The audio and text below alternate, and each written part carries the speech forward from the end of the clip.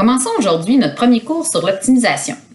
L'optimisation, c'est vraiment un domaine des mathématiques là, qui permet à plusieurs entreprises de maximiser les profits, entre autres, d'optimiser en fait aussi, par exemple, le nombre d'employés qu'ils auront besoin pour opérer les différentes machines, donc sur les lignes d'assemblage. L'optimisation, c'est aussi quelque chose qui est très, très utile, par exemple, pour respecter l'ensemble des contraintes d'un pilote d'avion qui peut piloter juste un certain nombre d'heures. Donc, en aviation, l'optimisation est très importante. C'est vraiment un domaine des mathématiques qui est hyper important dans plusieurs grosses entreprises.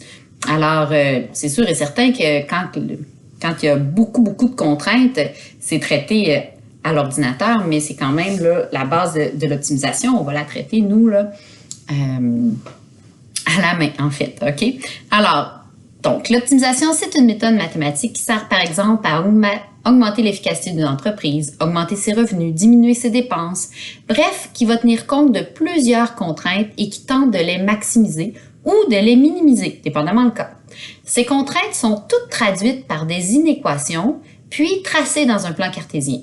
Pour résoudre des problèmes d'optimisation, nous aurons besoin également de résoudre des systèmes d'équations.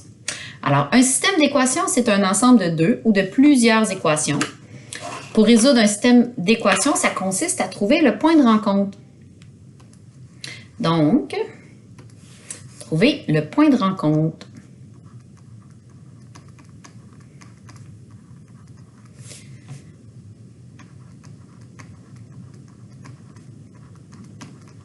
Pour ce faire, il existe différentes méthodes. La méthode graphique, on va s'en servir de celle-là aussi, hein, beaucoup, vous allez voir. Donc, lorsque mon point est pile sur un coin de carreau, ben, je l'ai, mon point de rencontre, je n'ai pas besoin de le calculer quand mon graphique est bien fait.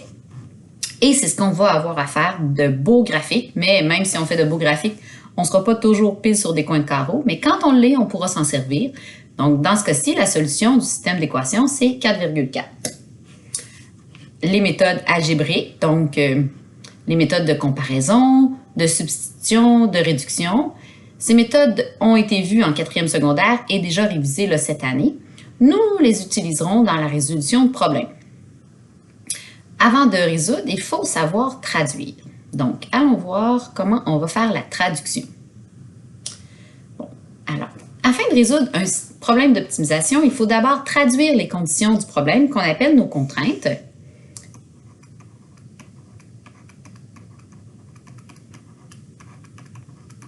Pour ce faire, il faut mathématiser à l'aide d'expressions algébriques. Par exemple, si on dit que x est inférieur ou encore plus petit à y, ça se traduit par le symbole comme ça. X est plus petit que y. X est supérieur ou plus grand que y, ben c'est celui-ci.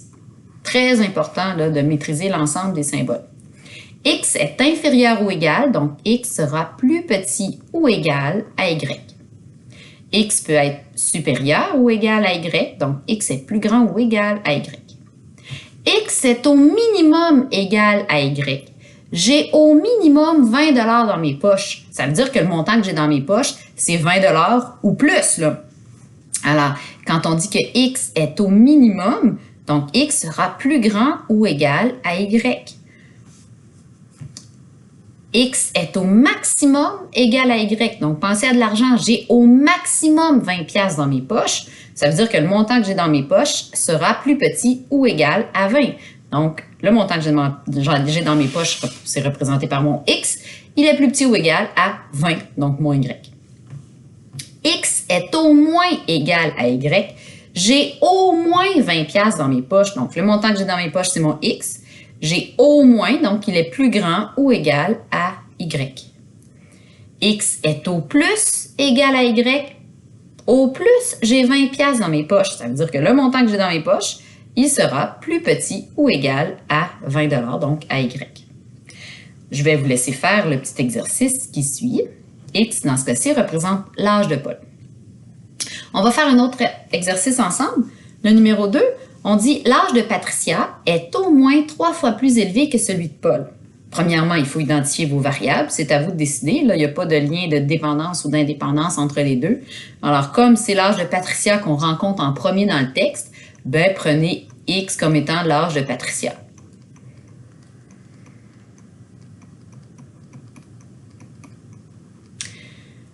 Y, ce sera donc l'âge de Paul.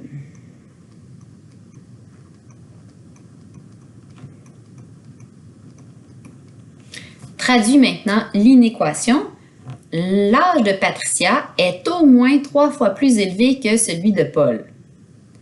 Donc, l'âge de Patricia est au moins, donc, est plus grand ou égal à 3 fois celle de Paul. Plus vous allez faire d'exercices, plus ça va devenir facile la traduction. Fait que numéro 3 et numéro 4 de la page suivante, je vais vous les laisser les faire en exercice. On va faire ensemble le numéro 5. Soit X l'avoir de Pépé. OK? Alors, s'il avait 2 fois plus d'argent, il aurait au plus 28 $. Donc, si je double son avoir, donc s'il avait 2 fois plus d'argent, il aurait au plus, pensez à mon au plus 20 $ dans ses poches, mais là c'est 28. Il aurait au plus 28 $. Même avec 5 $ de moins, il possède plus que 8 $. Fait qu'on prend son avoir, on lui enlève 5 $, mais ça reste quand même plus grand que 8. Donc, même si j'y enlève 5 $, il y a quand même plus que 8 $. Il lui manque moins de 3 $ pour acheter un disque. Ça veut dire que si je lui donnais 3 $, ben, son avoir serait plus grand que 16. Parce qu'il manque moins que 3 $. On ne sait pas combien. C'est-tu 2,99 $? C'est-tu 2,97 $? Je ne sais pas. Mais ça veut dire que si je donne 3 $ pile, là, ben, son montant qu'il va avoir est plus grand que 16. Si je lui donne 15 $, son avoir aura au moins doublé. Alors, si je lui donne 15 $, je prends son avoir, j'y donne 15, son avoir aura au moins doublé. Donc, ça, c'est le montant qu'il possède maintenant, sera plus grand ou égal au double qu'il avait avant. C'est pas facile, hein, la traduction, mais plus vous allez en faire, mieux c'est. Résolution d'une inéquation. Donc, quand on va résoudre une inéquation, c'est là qu'on va s'apercevoir qu'il y a plusieurs réponses possibles. Bon, les étapes. Premièrement, on va aller représenter la droite frontière en utilisant l'équation.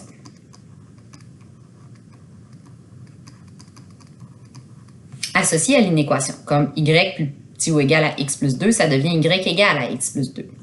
On va choisir le trait. Ça va être un trait plein si le symbole d'inéquation est plus grand ou égal ou plus petit ou égal, autrement dit s'il y a l'égalité. Cela signifie que les points qui sont sur la droite font partie de l'ensemble de solution. On va mettre un trait pointillé si le symbole d'inéquation est juste plus grand ou juste plus petit. Ça signifie que les points qui sont sur la droite frontière ne feront pas partie de l'ensemble de solution. Ensuite, il faut déterminer la zone à assurer. Donc, on va choisir un point témoin, c'est-à-dire un point qui n'appartient pas à la droite.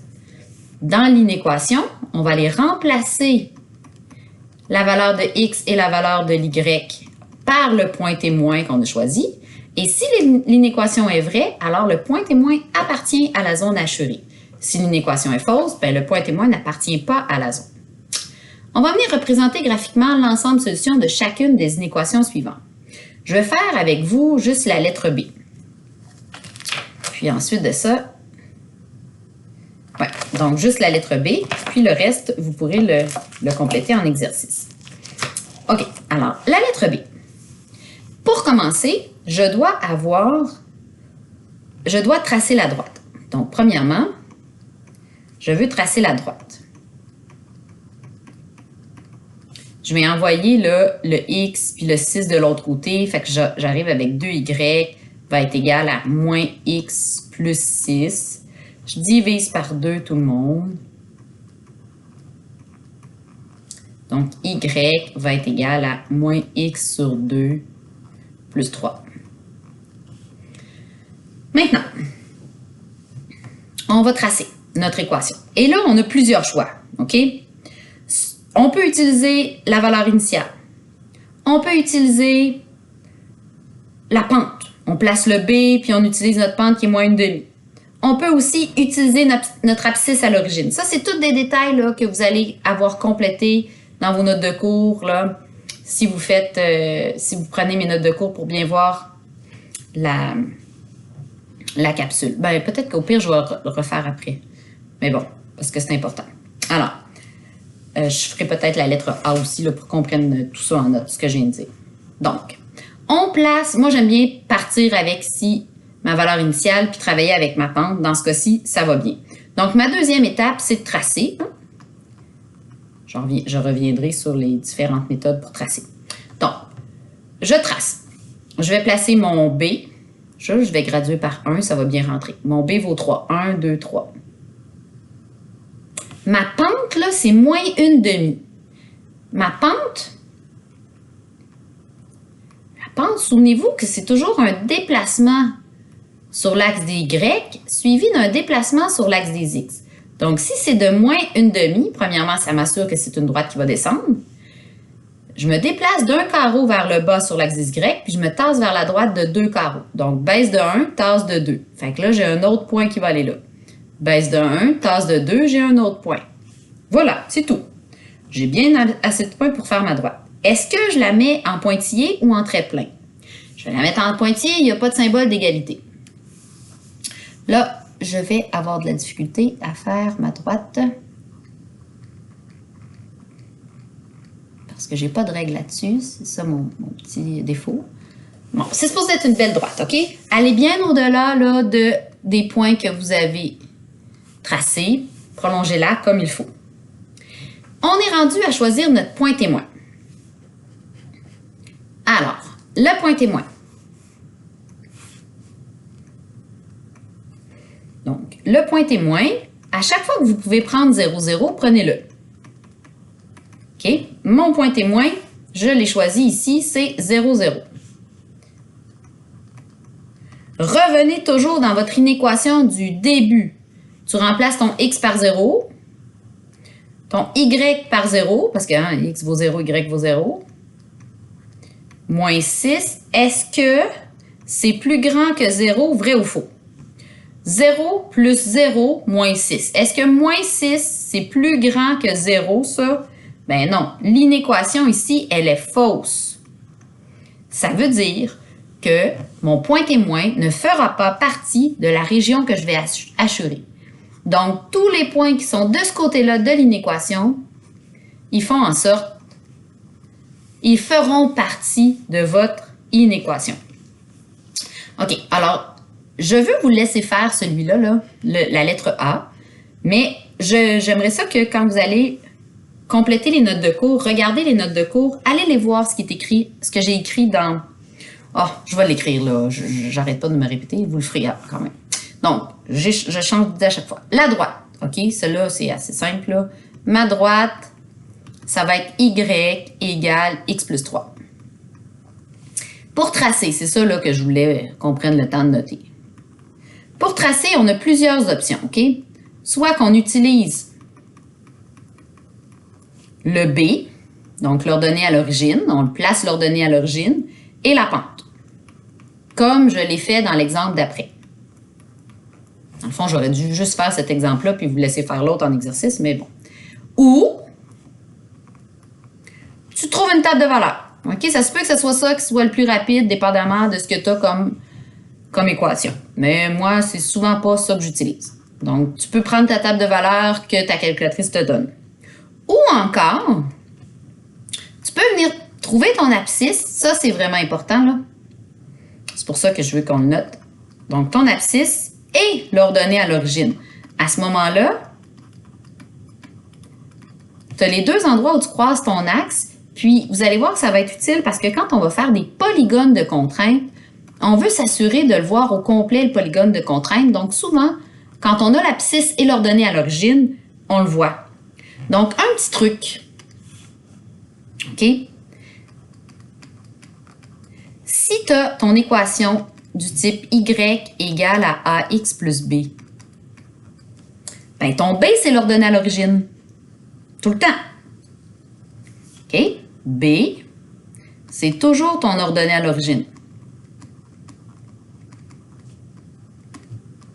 C'est pour ça qu'on prend le temps aussi de mettre notre équation comme ça sous la forme fonctionnelle. La forme y égale a x plus b, c'est la forme fonctionnelle. Ben, moins b divisé par a, ça, c'est toujours ton abscisse à l'origine. C'est sûr que tu n'es pas obligé d'apprendre ça par cœur. L'abscisse à l'origine, c'est la valeur du x quand le y vaut 0. Mais tu peux aussi utiliser ce petit raccourci-là. L'abscisse à l'origine, c'est moins b sur a. Alors, voilà. OK? Je vais vous laisser le compléter l'exemple. Donc, et voilà. C'est à vous de prendre votre point témoin, puis de tracer, puis d'assurer. Donc, bonne pratique. C'est ce qui complète le cours 1, déjà de l'optimisation. Donc, ce qu'il faut surtout pratiquer aujourd'hui, c'est la traduction, parce que vous avez beau être capable de faire tout le graphique, si la traduction n'est pas correcte, il n'y aura rien de bon. Donc, bonne traduction tout le monde. Et voilà.